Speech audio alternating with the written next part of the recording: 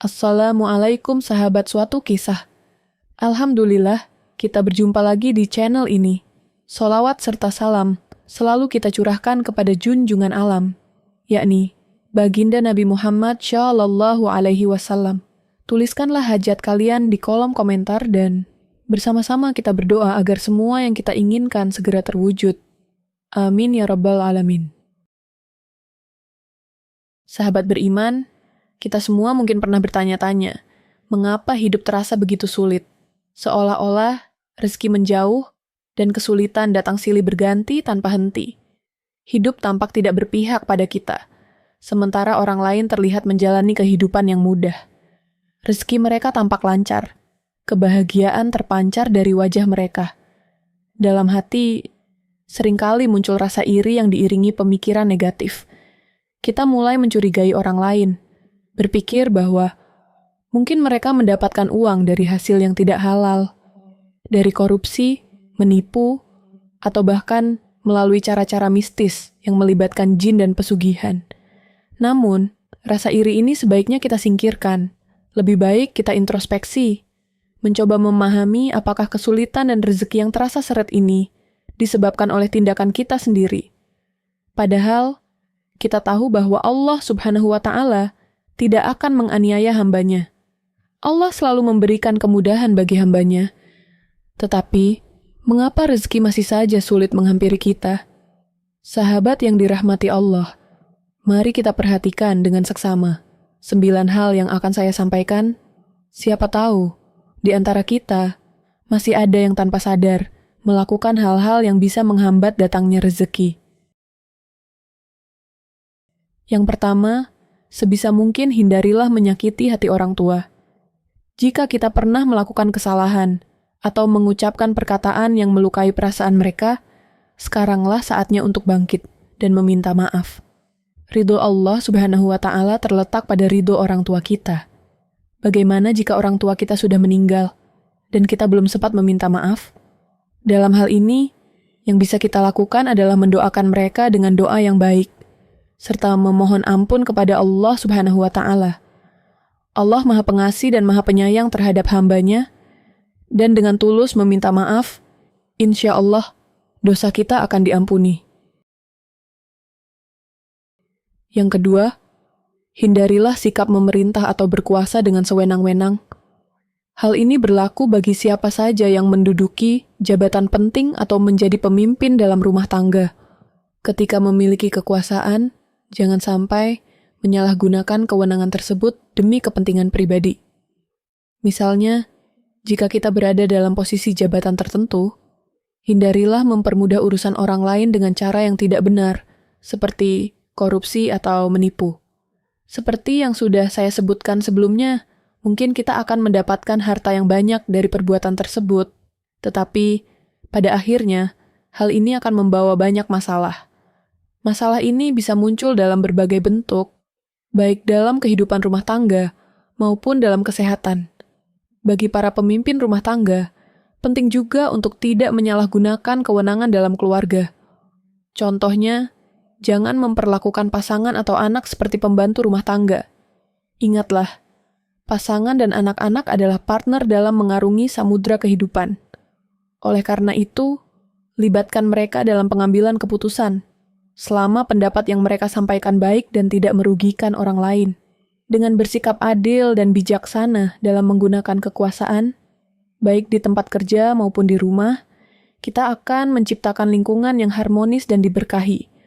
Allah Subhanahu wa Ta'ala menyukai mereka yang berlaku adil, dan dengan menjauhkan diri dari sikap sewenang-wenang, insya Allah, rezeki yang halal dan berkah akan terus mengalir dalam hidup kita. Yang ketiga, mari kita renungkan, apakah kita masih terjebak dalam kemusyrikan atau berbuat syirik, meskipun hanya dalam hati. Syirik adalah menyekutukan Allah Subhanahu wa Ta'ala dengan sesuatu, baik itu benda, tempat, manusia, atau apapun yang lain. Contohnya, kita percaya bahwa rezeki datang karena memiliki benda keramat yang diyakini membawa keberuntungan. Padahal, rezeki hanya datang dari Allah Subhanahu wa Ta'ala melalui cara yang Dia kehendaki. Jika rezeki datang melalui seseorang, Sudah seharusnya kita berterima kasih kepada Allah lah, dan bersyukur karena telah dipertemukan dengan orang tersebut. Namun, jangan sampai kita berpikir bahwa orang itu adalah sumber rezeki kita. Jangan seolah-olah memuja seseorang karena menganggap dia yang memberikan rezeki. Berterima kasih kepada orang lain memang penting, tapi pastikan kita tidak melakukannya secara berlebihan, hingga melupakan bahwa semua ini adalah kehendak Allah. Yang keempat, mari kita hindari berdagang dengan cara yang tidak jujur.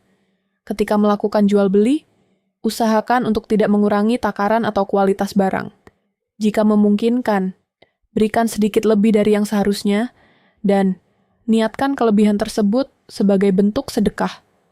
Misalnya, jika kita menjual barang bekas seperti ponsel, sebaiknya utarakan kondisi barang tersebut dengan jujur. Jika ada kerusakan, sampaikan dengan jelas dan berikan harga yang sesuai. Ada pepatah yang mengatakan bahwa jujur akan hancur, tetapi sebenarnya mungkin kita akan menerima lebih sedikit di awal jika berlaku jujur. Namun, yakinlah bahwa kejujuran akan mendatangkan berkah yang lebih besar di masa depan. Sebaliknya, mereka yang tidak jujur mungkin akan mendapatkan banyak di awal, tetapi kemudian akan mengalami kerugian karena perbuatannya sendiri. Oleh karena itu, jika kita masih memiliki sifat kurang jujur dalam berdagang, mulailah secara perlahan menghilangkannya. Ingatlah bahwa Allah Subhanahu wa Ta'ala Maha mengetahui setiap perbuatan kita, dan kejujuran dalam berdagang adalah salah satu cara untuk mendapatkan rezeki yang berkah dan berlimpah. Yang kelima, mari kita waspada terhadap kebiasaan berbohong. Mungkin kita berpikir bahwa berbohong demi kebaikan itu dibenarkan, tetapi perlu diingat, kebaikan untuk siapa? Jika kebaikan itu hanya untuk diri sendiri atau untuk orang lain secara sepihak, hal ini bisa menjadi tidak tepat. Mengapa? Karena kebohongan tersebut bisa merugikan orang lain yang kita bohongi dan pada akhirnya menjauhkan kita dari rezeki yang diberikan oleh Allah Subhanahu wa Ta'ala. Menghilangkan kebiasaan berbohong memang tidak mudah, tidak seperti membalikkan telapak tangan. Namun, kita bisa mulai menguranginya sedikit demi sedikit. Tanamkan sifat jujur dalam diri, meskipun di awal terasa sangat berat. Yakinlah bahwa kejujuran akan membuat hidup kita jauh lebih tenang dan nyaman di kemudian hari. Bagi saudaraku yang mendengarkan pesan ini, bukalah hati dan pikiran ketika pasanganmu mulai berusaha untuk bersikap jujur. Hindarilah saling menyalahkan atau menyudutkan satu sama lain. Sebaliknya, dukunglah pasanganmu dengan perkataan dan perbuatan yang baik, dan mulailah untuk saling memaafkan. Insya Allah, dengan cara ini, rezeki yang luar biasa akan datang dari Allah Subhanahu wa Ta'ala. Kejujuran dalam hubungan tidak hanya mendatangkan ketenangan, tetapi juga membawa berkah yang melimpah dalam hidup. Yang keenam, mari kita introspeksi diri. Apakah kita memakan harta yang bukan hak kita? Dalam konteks ini, ada banyak aspek yang perlu kita perhatikan. Sebagai contoh sederhana, dari setiap rezeki atau kekayaan yang kita peroleh, terdapat hak orang lain yang harus kita keluarkan, seperti zakat 2,5% yang diperuntukkan bagi fakir miskin, termasuk anak yatim piatu. Untuk itu, mari kita sisihkan bagian yang memang menjadi hak mereka dari penghasilan kita, dan berikanlah kepada yang berhak. Bagaimana caranya? Cari anak yatim piatu atau orang miskin di sekitar tempat tinggal kita, lalu berikan hak mereka. Tidak perlu merasa malu meskipun yang kita berikan hanya sedikit. Sebab, dari niat yang tulus dan langkah kecil itulah, insya Allah, rezeki kita akan bertambah dan diberkahi oleh Allah Subhanahu wa Ta'ala. Yang ketujuh, sifat pelit dalam mengeluarkan zakat atau bersedekah. Sifat ini bisa menjadi pemicu utama kesulitan dalam mendapatkan rezeki. Dalam hal ini, berlaku hukum alam yang adil. Jika kita mempersulit diri dalam bersedekah, yang merupakan hak orang lain, maka Allah Subhanahu wa Ta'ala pun bisa mempersulit rezeki yang seharusnya datang kepada kita. Mungkin ada yang bertanya, bukankah Allah Subhanahu wa Ta'ala maha luas dalam memberikan rezeki? Mengapa rezeki terasa dipersulit? Sebelum mempertanyakan hal ini, ada baiknya kita tanyakan pada diri sendiri. Apakah kita sudah benar-benar mempermudah urusan orang lain, terutama dalam hal kebaikan? Ingatlah, Allah Subhanahu wa Ta'ala memberikan rezeki sesuai dengan prasangka hambanya. Jika kita mempermudah urusan orang lain dalam hal kebaikan, insya Allah, Allah pun akan mempermudah kita keluar dari segala kesulitan. Ada pepatah yang mengatakan, apa yang kita tanam, itulah yang akan kita tuai. Yang kedelapan, mari kita perhatikan kembali kualitas sholat kita. Misalnya, jika saat ini kita hanya melaksanakan sholat 3 waktu, mulailah dengan menambah menjadi 5 waktu. Jika masih merasa malas, tambahkan setidaknya 1 waktu terlebih dahulu. Pada hari berikutnya, tambahkan lagi hingga sempurna menjadi 5 waktu. Setelah mencapai 5 waktu, pertahankanlah dengan selalu segera menunaikan kewajiban ini ketika mendengar panggilan azan. Hindarilah kebiasaan menunda-nunda, karena ini bisa menjadi awal dari menurunnya kualitas sholat kita. Luangkan waktu sekitar 10 menit saja untuk menunaikan ibadah sholat. Karena dalam satu hari, waktu luang kita jauh lebih panjang dibandingkan dengan waktu yang dibutuhkan untuk sholat. Jangan sampai kesibukan duniawi menghalangi kita dari melaksanakan kewajiban yang justru menjadi kunci kelancaran rezeki.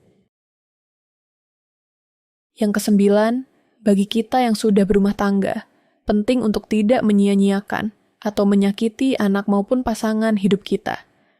Ketika merasa kesal dengan perilaku mereka, cobalah untuk introspeksi terlebih dahulu. Mungkin ada hal dalam diri kita yang perlu diperbaiki, atau ada alasan di balik sikap mereka yang belum memenuhi harapan kita. Daripada memendam rasa kesal, lebih baik ajak mereka berdiskusi secara terbuka untuk mencari tahu akar permasalahannya. Bersama-sama, kita bisa mencari solusi yang tepat. Jika masalah tersebut belum menemukan jalan keluar, serahkanlah kepada Allah Subhanahu wa Ta'ala dengan berdoa dan memohon petunjuk. Sambil terus berusaha, insya Allah, kita akan ditunjukkan jalan yang terbaik untuk menyelesaikan masalah dan mengurangi ketegangan dalam rumah tangga. Bagi yang belum berumah tangga, pelajaran ini bisa menjadi bekal untuk kelak memilih pasangan yang baik dan membangun hubungan yang harmonis. Ingatlah bahwa Allah Subhanahu wa Ta'ala adalah sebaik-baiknya pemberi solusi. Dan dengan berserah diri kepadanya, insya Allah, kita akan menemukan jalan yang terbaik. Sahabat beriman yang dirahmati Allah, itulah 9 penyebab utama mengapa rezeki terasa sulit datang kepada kita. Oleh karena itu, bagi saudaraku, semuanya yang mendengarkan pesan ini, mulailah sekarang dan seterusnya untuk menghindari dan meninggalkan 9 hal tersebut. Sebaliknya, tanamkan kebaikan dalam setiap langkah kita, agar kita bisa menuai kebaikan yang berlipat ganda, serta rezeki yang berkah dan melimpah dari Allah Subhanahu wa Ta'ala. Wallahu a'lam bishawab. Semoga video ini bermanfaat. Mohon maaf atas segala kekurangan dan kesalahan, karena kebenaran berasal dari Allah, sedangkan kesalahan datang dari keterbatasan manusiawi saya. Sampai jumpa di video menarik dan bermakna lainnya. Saya akhiri. Wassalamualaikum warahmatullahi wabarakatuh.